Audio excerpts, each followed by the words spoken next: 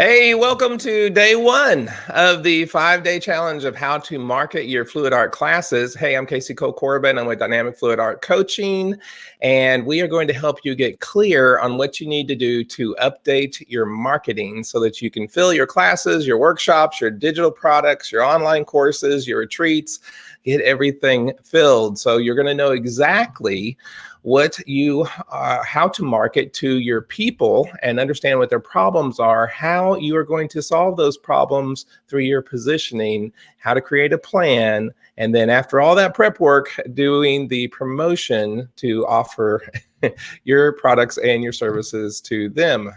All right, listen, I'm going to share my screen here, and this is what we're going to use for our handout, okay? And so if you could, please comment that you can hear me. There's always a delay and usually some technical issues. And so if someone could please put in there, Casey, I can hear you. I would appreciate that very much. Also, if you would comment whether or not you have been receiving my emails. You would have received 2 today as kind of a special bonus. I'm going to email out the section of each one of the workbook to you daily. I'm going to try to do that 1 hour before it starts, so it's also as a reminder. Today, there's an additional bonus handout or email, if you will, that has a fill-in-the-blank type of notes that you can follow along with. And that's not really for everybody. Some people will like that, some people won't. But if enough people like that, then I'll continue to create those for you daily. It works well with the way that I learn. So I hope that helps. Good. So if you would also put on that you're receiving my emails, I'd appreciate that. Any kind of comments. And by the way, at the top of this feed, there's a little link that says StreamYard on there. That's the streaming service that I use to be able to show you my screen, and I'm broadcasting from it. So it would really help me. I wish you could see it. There's like a dashboard, and it has comments. Your comments can stream up there. It just says Facebook user, unless you give me permission, or at least you give StreamYard permission to show me your name. So that would be very helpful if you wouldn't mind. You do it one time and that's it. For the rest of the challenge, you don't have to click that or give them permission to do that again. So if you have not gotten your workbook yet, then go to your email, pull it up, and maybe have it open in another tab. Some of you might want to print it before our daily challenge each day. All right. One other housekeeping thing is that there's 5 of these P's. The first one, this one's going to be the longest. The first P, talking about your people, is by far the most important, and it takes up about half of your workbook. So today we might go over a little bit of the 15-minute daily trainings that I promised you. So every other day we're going to really try very hard to make it very concise and get in and out, get the information that you need. Okay. So if you look at the screen and possibly your handout, we'll dive in here today. So what is this about? So you cannot market to everyone. The smartest way to do this is to market to your people. And these are a combination of really 2 people. One is that you already know, and we're going to call that low-hanging fruit. And then there's also a second group of people that we need to learn, which is our ideal client, to our ideal student to get to our classes. And so it's really time for you to get to know who your people are. The first P is about people. So who is your ideal client? This is the one who would love to work with you and would gladly pay you to teach them fluid art and also buy your products and services regarding fluid art. You need to more fully understand who your people are and the ones that come to your class and that get the most out of it. So don't worry about a plan for extending your reach. We're going to have a plan for that later. But the fastest way to get 10 additional students to your class is what we call those low-hanging fruit. And those are the people that know, like, and trust you. The people that know, like, and trust you, you probably already have a relationship or connection with. The second group will need to use what I call an extension ladder to be able to get the fruit that's towards the top of the tree or up higher in the tree. And that's usually sweeter fruit, riper fruit, better fruit. So we really need to expand that circle. And it will be an effort, and we will learn to do that later in this challenge. All right. So the second P this is the overview part. Who are what are your people's problems? Now, there's two ways to look at that. One is there's an obvious problem. They're coming to your class because they don't know how to do fluid art, but they want to learn fluid art. That's the obvious one. But there's something that we call secondary gains, or also called secondary motivators. And these are often the hidden reasons why people come to our class and why they try it in the first place, but the real reason why they keep coming back. By the way, my fluid art teaching business is built on people that are returning students to my class. They are great, and they usually bring a friend with them. But these secondary motivators are responsible for our ultimate business success, because who you are as an instructor helps connect to your students and help them to get what they really need. Discovering both what your student really needs and what your gift is to be able to meet that need can be kind of tricky. And it takes something that life coaches like myself call thought experiments to bring it up to conscious awareness. These secondary motivators, our students don't even know that they have, and they can be nearly anything. And it's the way that we as teachers solve these problems will be very different from teacher to teacher. It's usually something that we are innately gifted at, and it's a great resource for discovering yours is the surveys that you get back from your students. Hopefully you're passing out surveys at the end of your class. Also consider what they say and when they are recommending a friend to your class. By the way, I'm going to be throwing in, if you've never taught a fluid art class, this challenge is for you. All the learning examples and things we're going to be using is being teaching fluid art classes. But to be honest with you, the 5 Ps work for any product and service, no matter what you're doing. All right. So if you haven't started yet, don't feel lost. I'm throwing in little nuggets there like class surveys for you. Well, listen, here are some things that people have said about my classes. Casey sets a tone for experimentation and exploration to release my own creativity. Another person wrote, Casey's classes are calm and peaceful. I felt safe to take risks and focus on the process more than the outcome. Okay, well, that's kind of stuff that I really like to hear in my class. To attract the right clients, you must understand them, body, mind, and soul, so that they can feel like that you really get them. Otherwise, it's going to be really hard to grow your following on social media and your list, your email list specifically, if they don't really feel like that you get them. All right. So the reason that most classes do not fill is because of poor marketing. And most folks do not fully understand what marketing actually is. When they hear the word marketing, a lot of them think about advertising, but advertising is only really one small piece of the entire marketing process. The third P we're going to talk about is positioning. Positioning is the way that you position yourself as a solution to your people's problems. Now, marketing is a holistic, multi-step process, and today I'm going to share exactly what I mean by that. To be clear, marketing is the process of getting people interested in how you can help them through your products and your services. The simplest way to explain it is that if you want to make sales, you need to know your 5 Ps: your people, problem, positioning, planning, and promotion. If you're doing the fill in the blank, here's 5 words for you to fill in. People. Who are your ideal clients? Who are they? And knowing them as well as you know yourself. Problems. What problems they have that you can solve for them in your business. Positioning. What products and services of yours solve these problems. Planning.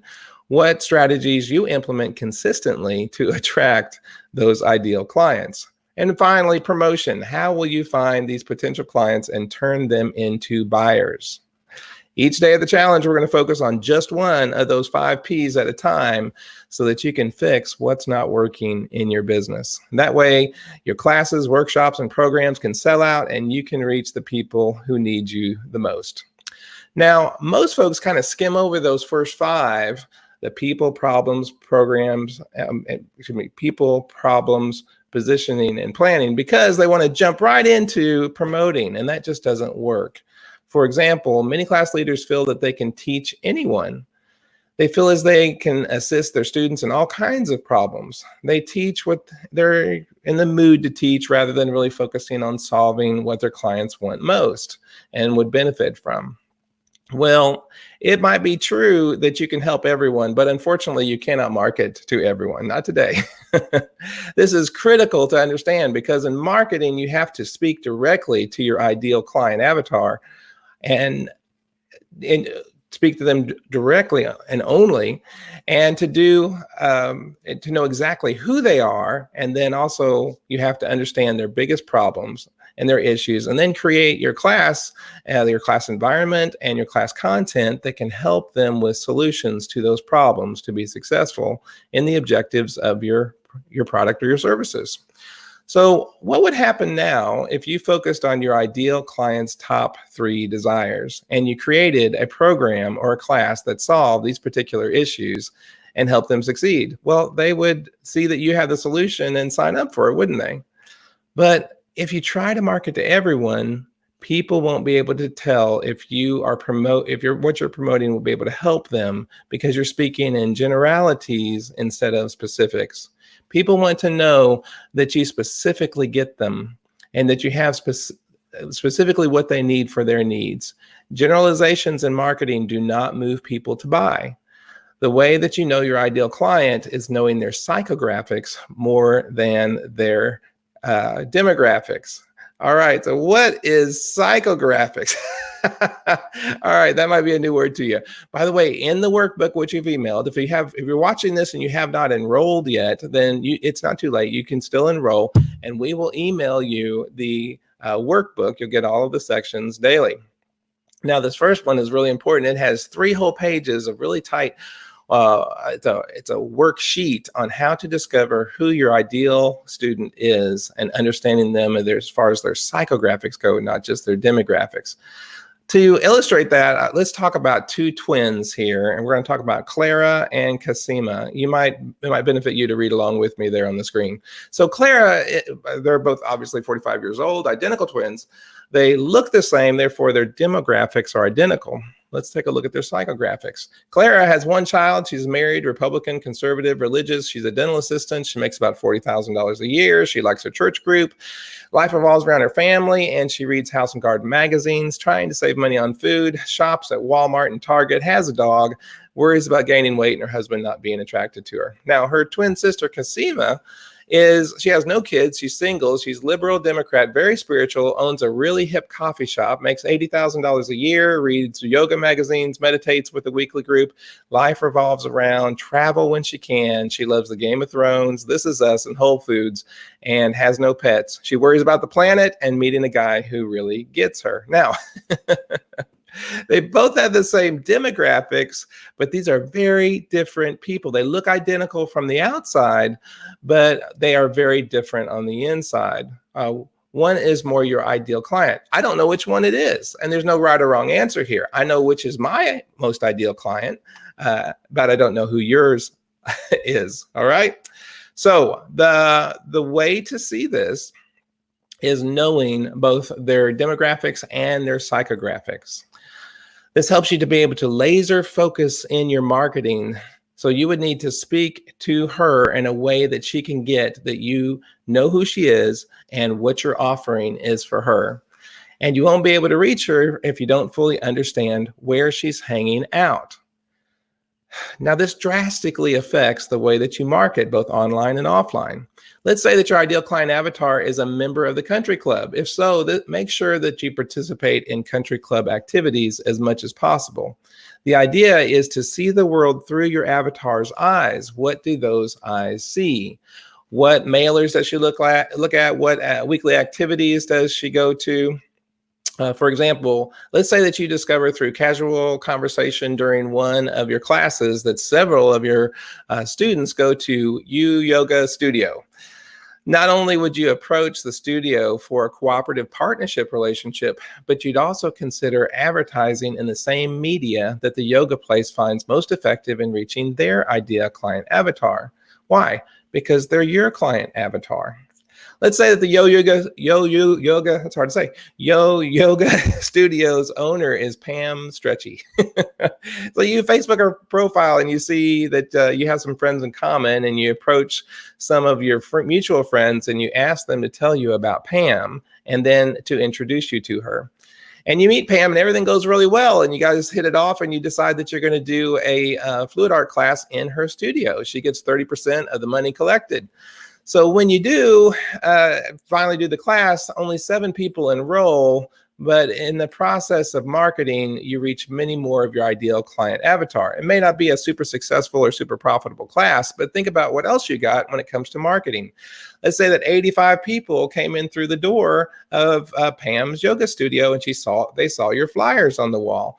More than that, Pam has been curating a email list of over 900 people that she sent several emails to build your class. So that is an incredible resource for marketing in the future. In the process, you also learn that Pam really gets her best results in something called Hometown Billboard, which is a packet of flyers that are mailed out to a select audience. And so you try a small ad the next month. Are you starting to see the big picture of knowing your people and how that directly affects your promotion and how you promote? You see, after you pick that low-hanging fruit, then you go after the riper fruit near the top of the tree. And at this stage, you're going to be consciously choosing who your ideal client is instead of just considering who you currently attract. And honestly, that's what separates the immature and the mature fluid art teaching business owners. And maybe this is where you make a transition. We all start out by going after that low-hanging fruit, but the immature give up after all those people come and leave, and then they pout and make excuses, and that they feel like they're the victim and nothing good happens to them for very long. So now it's time to mature and get an extension ladder. Make no mistake, the part that's being extended is you. You will be stretched to learn and grow. All right. We do this by gaining new skills and having a positive community around us to hold us accountable to our goals. In other words, many teachers tell me, well, this is who I attract, rather than deciding who they want to work with and then consciously and purposely working to attract those people. Can you feel the difference? So to be clear on your ideal client, you have to make a choice. And in doing so, you're going to get those clients in the door, as well as other people too, who can relate to those same demographics problems, those same psychographics problems, and need your solutions. Now, I know that this sounds counterintuitive, but in marketing, the fewer types of people that you focus on, the more you will attract. The more narrowly focused you are in regarding the person that you want to attract will result in a larger number of people in your classes. And I've coached many teachers that resist the concept, and they feel like that they're going to lose students this way, but it's not true. You focus very specifically on your ideal student's avatar, we'll call it client or your avatar, and the folks who are similar to your ideal student and have the same problems will also come. Listen, I have built my business consistently to make over $1,000 teaching a half-day workshop using this tactic, so I know it works. But if you insist on marketing to everyone, you will get no one. All right. So remember the workbook, and that in it has some amazing things, has some that 3-page exercise to develop and become aware of your ideal client avatar. Tomorrow is more about the second P, which is problems. Your clients' problems, the ones that they will gladly pay you to solve for them in offering your class. But it can't just be any problem. It has to be the very specific top of mind and pain point that would drive them to want to work with you. And if you can't think of anything concrete, well, don't miss tomorrow's webinar. All right. So remember to post your homework, and I will see you tomorrow. Thanks so much for joining us.